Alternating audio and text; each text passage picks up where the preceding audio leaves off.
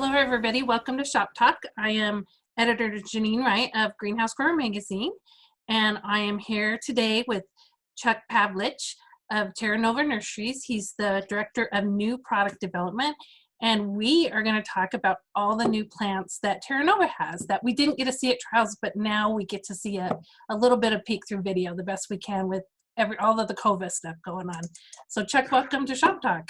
Well, thank you. I'm very happy to be here. So tell me about some of the new varieties that Terra Nova has this year for the 2021 intros. And we'll start off alphabetically. We'll start with our new anemone, the Satin doll blush. okay. And when we started breeding anemones, we always examine a plant and ask, what's wrong with this plant? What can we make better?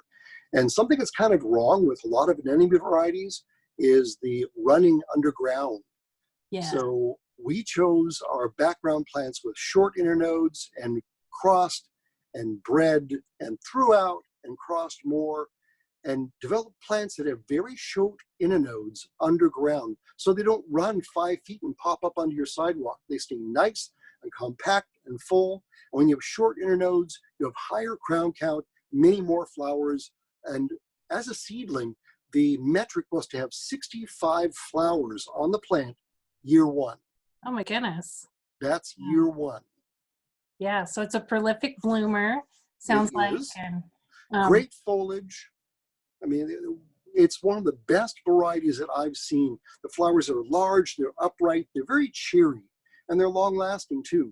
And this starts blooming usually in July, so earlier than normal, and will go clear through a hard frost. And here in Oregon, that's usually right around Halloween.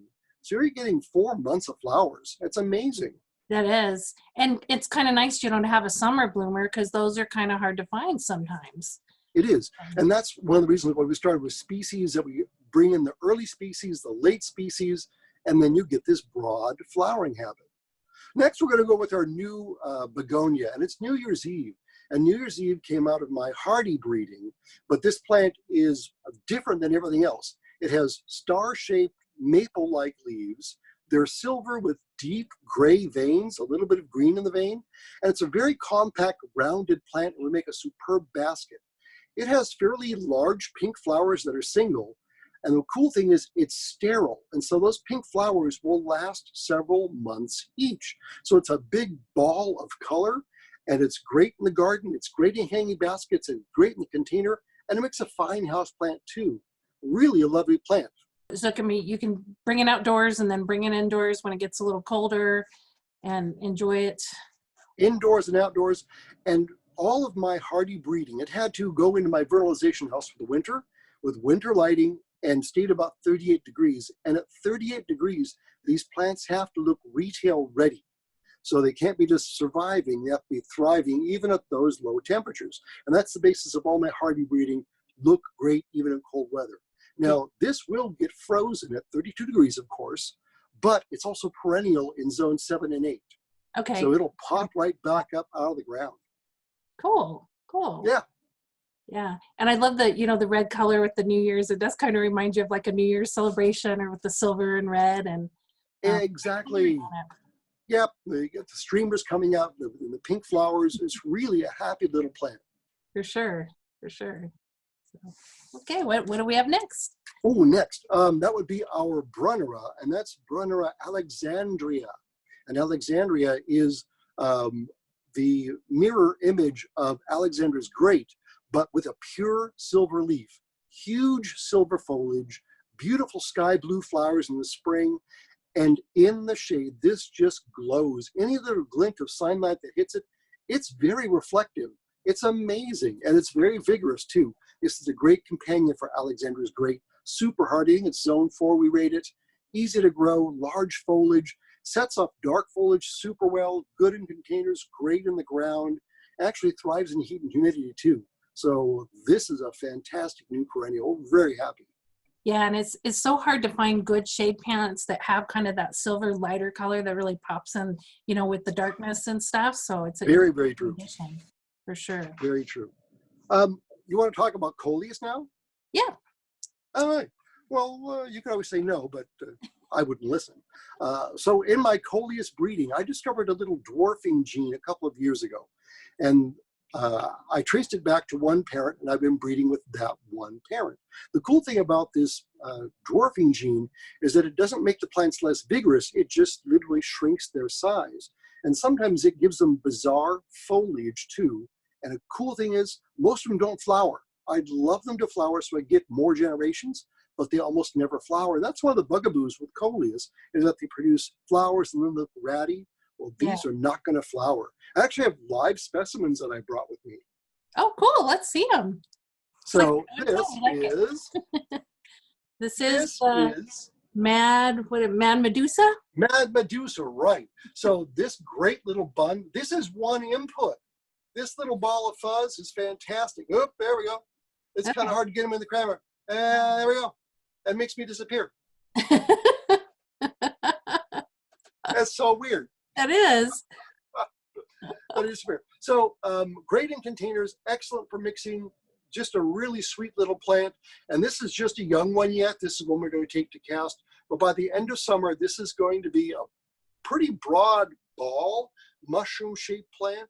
It's just really sweet. And you'd never guess this is actually a Coleus because of the very odd foliage. Again, non-flowering, naturally dwarf, great branching, and one input. This is really fantastic. Yeah, I was going to say, for such a young plant, it really has a good spread on it already. Super dense. What a great plant. And it's fresh celery green. I love this. Yeah, yeah. And then moving on to what I think is my second favorite Coleus I've ever bred is... Monkey Puzzle. Monkey Puzzle. This is a bright copper orange color. Love this plant. Again, no pinch, no PGR.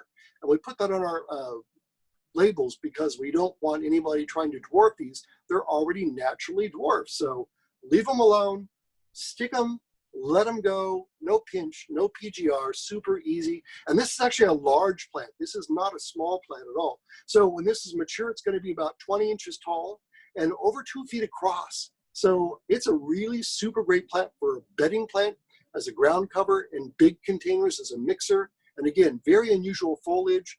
This one does have a few flowers, but the flower spikes are less than an inch tall. So super dwarf and really cute, actually. Yeah, yeah. I love the copper color of this one. And just those light and dark tones in there. And I could see that going really well in a bed with some like dark leaves, green, dark foliage plants or something like that. I could contrast in there. Dark foliage, like maybe a heuchera. Yeah, maybe. yeah. And look what it does for my background. See, it's beautiful with the autumn colors. It does. Goes along right with it. So great dark foliage. Now, with these Coleus, can they be grown indoors if someone wanted? Under bright light conditions, yes. Coleus can get stretchy in average home conditions, it seems. So best if you have bright light. And yes, they do make fine house plants. So easy to grow, super, super easy. Cool, cool. Great little varieties. I always love the dwarf plants. Indeed. Next up, we'll talk about our Echinaceas. And I had no specimens in bloom today, so I really can't help you that way. But a new series we're just developing is the Dark Shadows series. Mm-hmm. And Dark Shadows is named that way because of their dark burgundy to black stems. So it's a great contrast. Green foliage, brightly colored flowers, and the dark stems, and usually a dark cone also.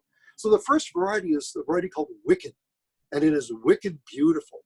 It's a naturally semi-dwarf plant with a really super high crown count, large, hot, electric watermelon pink flowers, and that dark cone. And the color is super long-lasting too. In all of our breeding, we selected against the fading of the flowers. So always pick the best ones with the longest color flowers, or that had an attractive color shift. Sometimes the color shift is very ugly and pinks go to brown, but we selected away from that. And we're some 25 generations into our breeding of Echinaceas, so we have been there. We know what ugly is, and we throw it out. Getting it down. Yeah, I like, this one had such a good range on the hardiness, so going down to zone 4, I think. And absolutely. And just that I with Echinacea, especially in the reds, the fading is always a problem. So anything that's not going to fade out is a good thing. Yeah. or has a pleasant color shift also. Right. Yeah, and this is a great container plant and also great in the garden, obviously, because of its extra hardiness. But wow, what a great plant. In gallon containers, growers are just going to squeal over this because it's one of those flowers that you will walk across the nursery to see. There's no doubt that this is going to be a super popular variety. Yeah, it really stands out with that kind of neon, bright pink. Yeah, and the next super bright one up is our Prima Saffron. And Prima Saffron, they are related to our Kismets.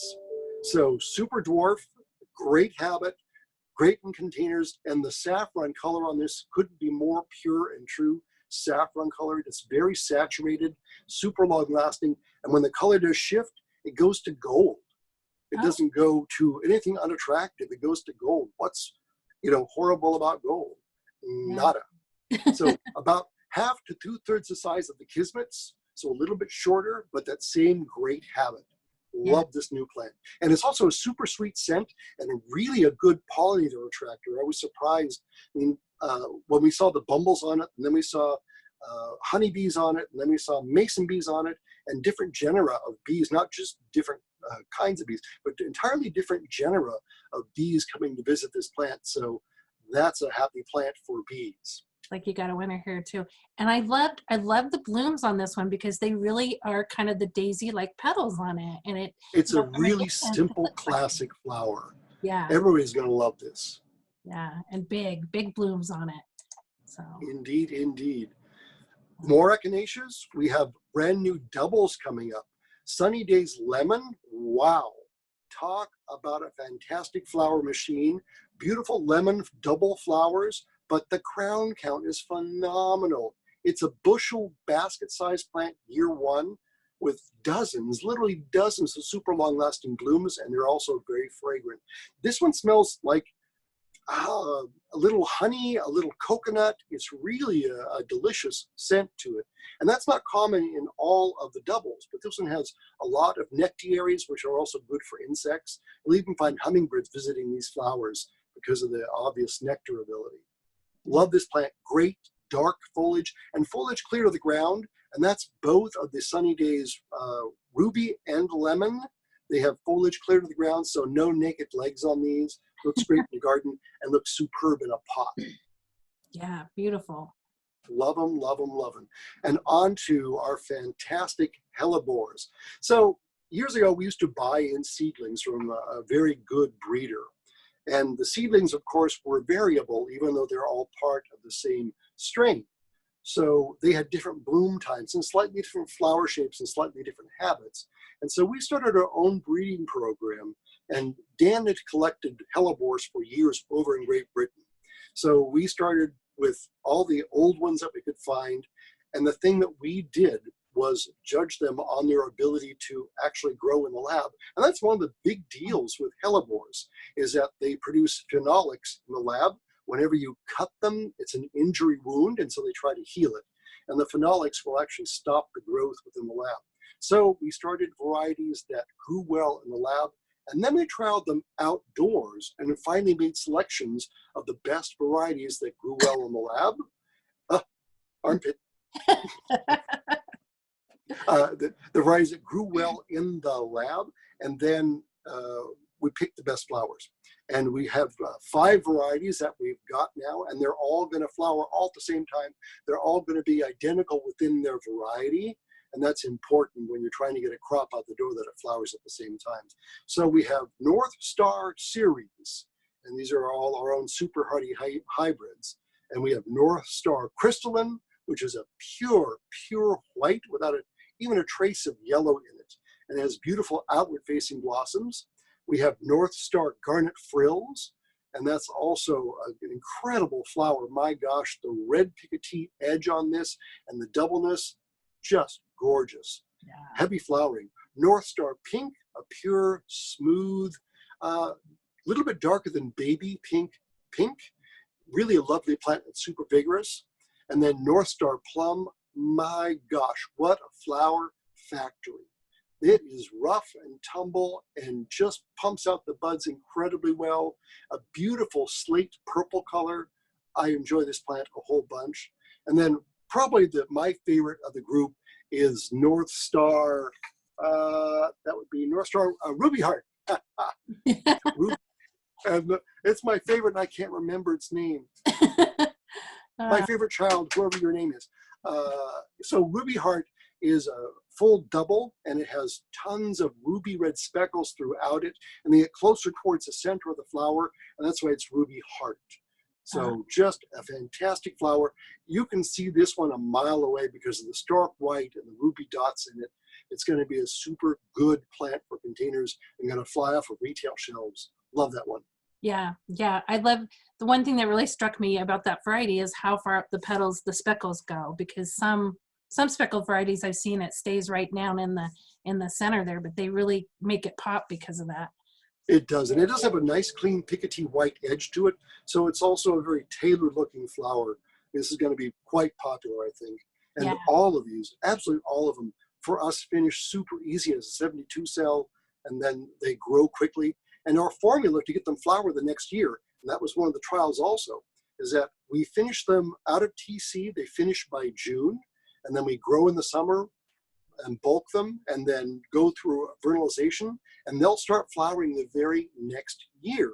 So in under a year, you're going to have a plant that in a quart container you can sell. So it's not a 2-year wait for a nice plant. Really, that is one of the genius parts of this variety, North Star. Yeah, that's a big advantage, and just to have a early season plant with some color is it's good advantage. It is indeed. Yeah. Okay, what else will we have? Kniphofia, one of our favorite plants. We were the first people to bring out the dwarf and perennial flowering varieties. Citron. Citron is the Poco series. So it's short, only about knee high, and it has gorgeous flowers that come out lime green with cream and eventually end up almost a pure white as it ages up that spike. The flowers drop off really quite well, and of course the Pocos have superb foliage that's not breaking and bending and looking ratty. When this is not in flower, you would mistake it for a nice grass. So still has a great value, even if not in flower. But they're going to flower June, July, August, September, into October. I think the first year plants that we had over 30 flower spikes on them. That's year 1 out of TC. Wow. So good summer to fall blooming on this one. And seems like it would be a good companion for the orange Poco that you guys came out with previously. Poco Sunset. Wow. Yeah. It really is a great combo. I love them. Yeah. Beautiful plants. And our last cast plant, that would be our Leucanthemum Mount Hood. And Mount Hood was a selection we made actually a long time ago. We held on to it for a while, and I'm not really sure why. But Mount Hood is just a big mound of white, fluffy flowers. The flowers are like thin little ice crystals, the petals are, and it is a round, total mounded plant. Excellent flower count, reblooming too, and I think I might have one visiting me today. Oh, look. Oh, wow. Yeah. Beautiful, Wow, beautiful. Flowers start off a little bit green and just gorgeous. And this is natural habit too. This is not pinched, not PGR. So great container plant. Yeah. Yeah, and you're known for that with your plants of not needing the PGRs on them. And that. We try. We want everyone that touches our plant material to find value in it. To the grower, no pinch, no PGR, less disease. To the wholesaler, a plant that's going to move out for them. To the retailer, a plant that has good shelf life, and it's just eye candy for the buyer. So we want everyone to find value in our plant material, and then they want a Terra Nova variety the next time. Yep, that's the way it should work, right? We try. For sure. All right. Well, Chuck, thank you for sharing all of these new varieties with us, these cast varieties. And my pleasure. We wish we could have seen them in person, but this is the next best thing until we get to see them at field trials or at hopefully Cultivate. So crossing fingers for Cultivate. Yeah, I think all of us are. Yeah, as always, Janine, it's always a great pleasure to speak with you. Well, thank you. So thanks for joining us to learn about all the new varieties at Terra Nova Nurseries. They sound really exciting, and it'll be fun to see those come out. And you can check out more new variety information on greenhousegrower.com.